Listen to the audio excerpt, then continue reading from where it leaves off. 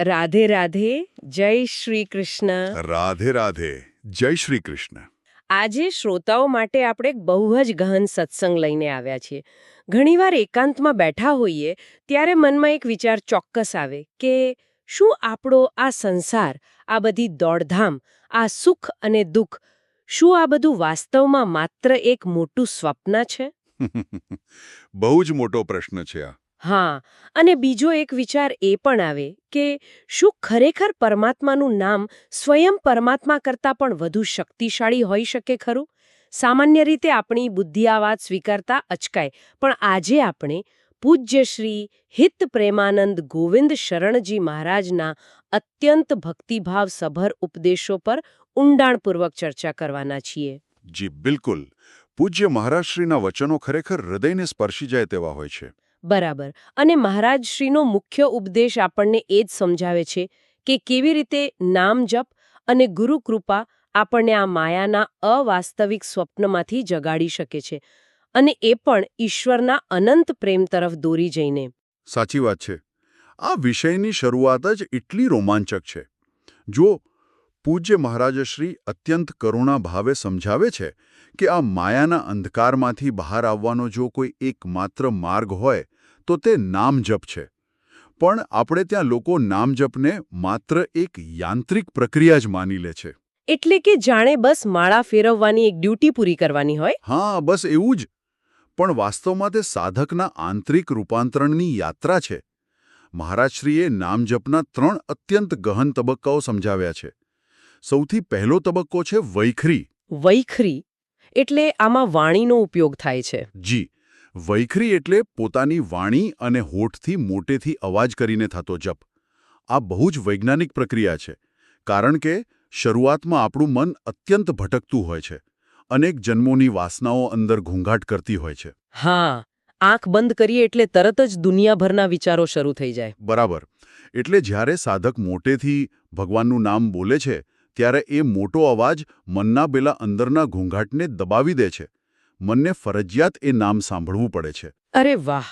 આ તો જાણે મનના અવાજોને ઓવરપાવર કરવાની રીત થઈ ગઈ. બિલકુલ. અને પછી જ્યારે થોડો અભ્યાસ વધે, મન થોડું સ્થિર થાય, ત્યારે બીજો તબક્કો આવે છે ઉપાંશુ. ઉપાંશુ એટલે? જેમાં અવાજ બહાર નથી આવતો. હા. માત્ર હોઠ ફફડે છે. કોઈ અવાજ બહાર નથી આવતો.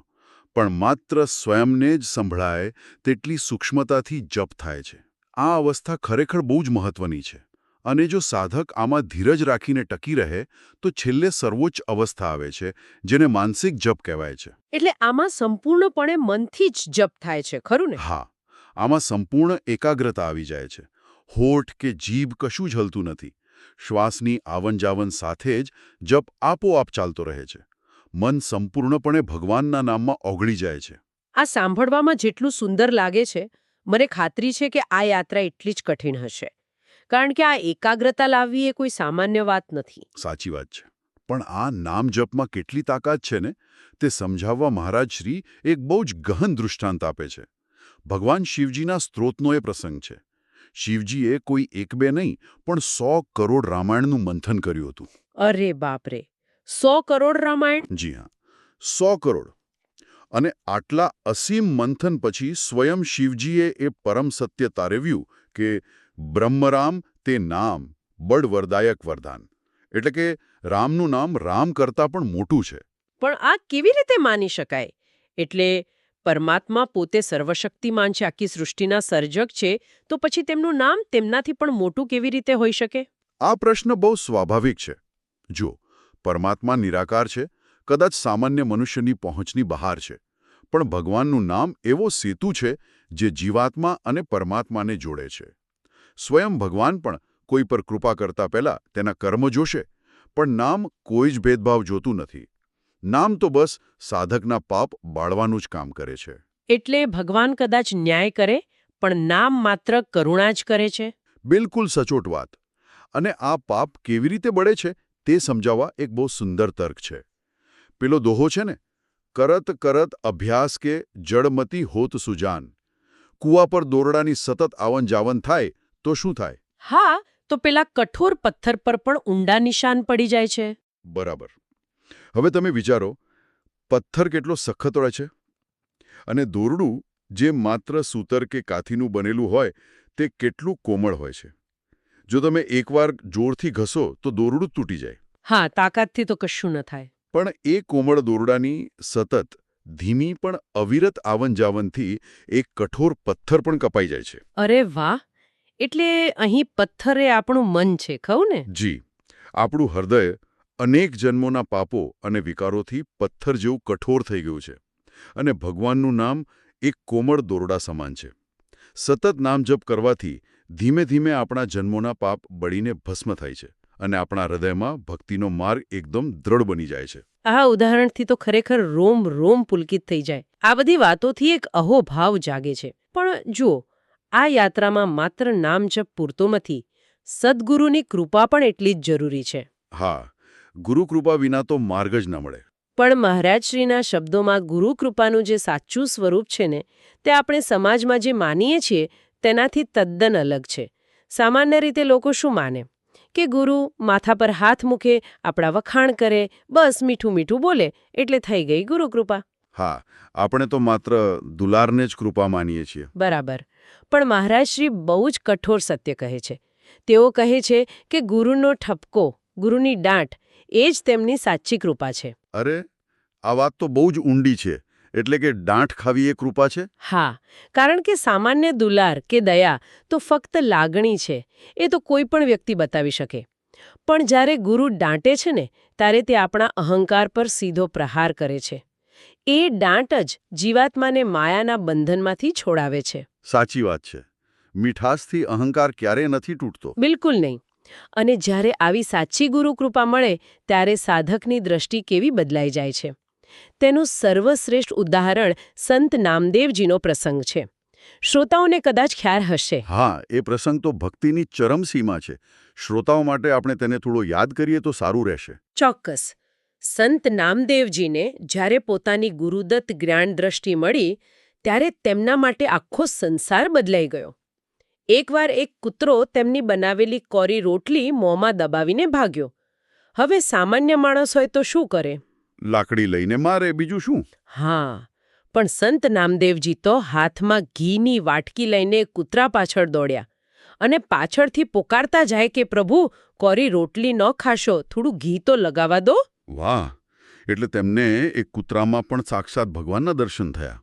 આ અવસ્થા કેટલી ગહન હશે. જી, કોઈ વ્યક્તિ માટે પ્રાણી અને પરમાત્મા વચ્ચેનો ભેદ જ ભૂંસાઈ જાય એ ગુરુકૃપા વિના શક્ય જ નથી. પણ એક વાત છે, જ્યારે ઈશ્વરનો આવો અનંત પ્રેમ હૃદયમાં પ્રગટે છે ને, ત્યારે તે અવસ્થા હંમેશા માત્ર શાંતિ આપનારી નથી હોતી. કેમ? તો પછી કેવી હોય છે? આ સમજવા માટે ભક્તિ શિરોમણી મીરાબાઈના એક પદની બહુ સુંદર વ્યાખ્યા મહારાજશ્રીએ કરી છે. મીરાબાઈ કહે છે કે જો મેં એસા જાનતી પ્રીત કિએ દુઃખ હોય. એટલે તેઓ પ્રેમને દુઃખ કહી રહ્યા છે, પણ ભક્તિમાં દુઃખ ક્યાંથી આવ્યું? એ જ તો સમજવાનું છે.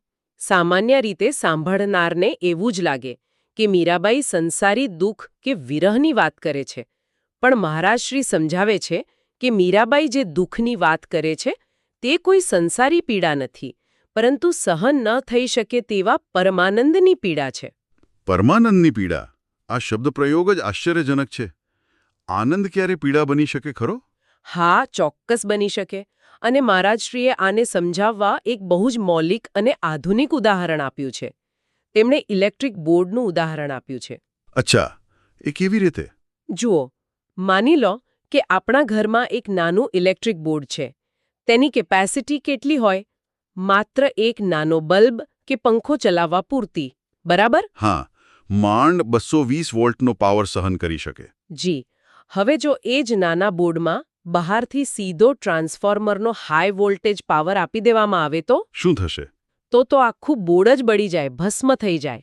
બસ આ જ રીતે આપણું માનવ હૃદય અત્યંત નાનું છે. આ હૃદય માત્ર આપણા પરિવાર, મિત્રો કે દુનિયાવી પ્રેમને પચાવવા માટે જ બન્યું છે. પણ જ્યારે આ હૃદયમાં ઈશ્વરીય પ્રેમનો અનંત અને પ્રચંડ પ્રવાહ પ્રવેશે છે, ત્યારે એ આનંદની પરાકાષ્ઠા એટલી વિશાળ હોય છે કે તે હૃદયમાં સમાતી નથી. અરે વાહ! એટલે એ એટલો વિશાળ પાવર છે કે હૃદય તેને સહન કરી શકતું નથી? બિલકુલ. તે આનંદ એટલો પ્રચંડ હોય છે કે તે શારીરિક રીતે પીડા જેવો લાગવા માંડે છે.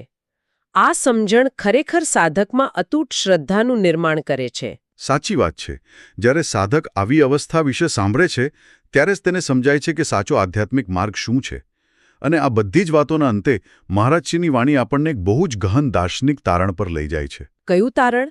સ્ત્રોતનો સૌથી ગહન સારાંશ એ છે કે આ સંપૂર્ણ સંસાર એક સ્વપ્ન સમાન છે.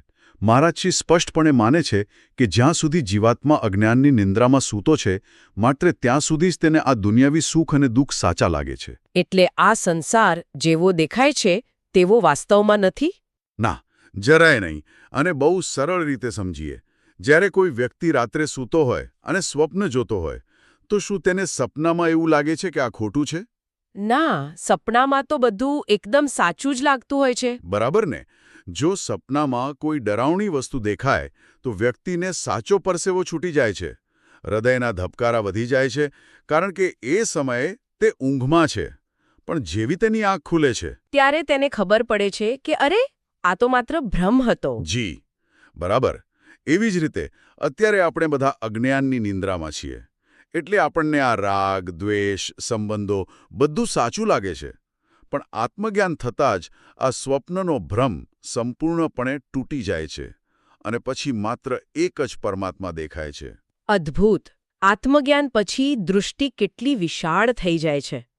પણ અહીં એક વ્યવહારિક પ્રશ્ન થાય કે મહારાજશ્રીનો આ દૃષ્ટિકોણ મનુષ્ય જીવનને કઈ રીતે સમૂળગું બદલી નાખે છે. એટલે કે જે વ્યક્તિ સંસારમાં રહે છે, પરિવાર સાથે રહે છે, તેને આ બધું સપનું લાગે તો તે જીવશે કેવી રીતે? બહુ સારો પ્રશ્ન છે. સંસાર છોડીને ભાગવાની વાત નથી. મહારાજશ્રી સમજાવે છે કે સાચી શરણાગતિ સ્વીકારવાની છે. સાચી શરણાગતિ એટલે માત્ર વાણીથી બોલવું એમ નહીં, પરંતુ મન, વચન અને કર્મથી ઈશ્વરને સર્વસ્વ સમર્પણ કરવું. એટલે કામ બધું કરવાનું પણ લગાવ નહીં રાખવાનો. હા, આ શરણાગતિ આત્માને તમામ ચિંતાઓમાંથી મુક્ત કરી દે છે. જાણે આપણે કોઈના ઘરે મહેમાન બનીને ગયા હોઈએ. મહેમાન ઘરના બધા જ કામમાં ભાગ લે, પણ તેને ખબર હોય કે આ ઘર મારું નથી. હા, એટલે ઘરના ઝઘડા કે નુકસાનથી તે મહેમાનને કોઈ ઊંડી અસર થતી નથી. બિલકુલ. આ શરણાગતિ જીવાત્માને પરમાત્માના ચરણોની સૌથી સમીપ લઈ જાય છે. બસ આવી જ રીતે નિરંતર ભગવાનના શરણે રહેવાનું છે. ખરેખર આ આખી યાત્રા આપણને એક અલગ જ પરિમાણમાં લઈ જાય છે. જો આપણે આજના આ અત્યંત ગહન સત્સંગનો સારાંશ માત્ર એક જ વાક્યમાં આપવો હોય તો એમ કહી શકાય કે સતત અને નિષ્કામ નામજપ, સદ્ગુરુના ચરણોમાં અતૂટ શ્રદ્ધા અને સંપૂર્ણ શરણાગતિ આ જ તે દિવ્ય માર્ગ છે જે જીવાત્માને માયાના ઘોર અંધકારમાંથી જગાડી પરમાત્માના અનંત અને અસહ્ય પ્રેમાનંદ સુધી લઈ જાય છે.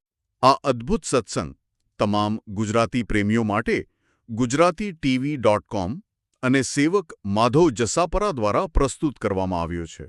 જો તમને આ સત્સંગથી શાંતિ મળી હોય તો અમારી ચેનલને લાઇક, શેર અને સબસ્ક્રાઇબ કરવાનું ચૂકશો નહીં. તમારા મંતવ્યો કોમેન્ટ બોક્સમાં જરૂર જણાવો અને લખો રાધે રાધે, જય શ્રી કૃષ્ણ. રાધે રાધે, જય શ્રી કૃષ્ણ.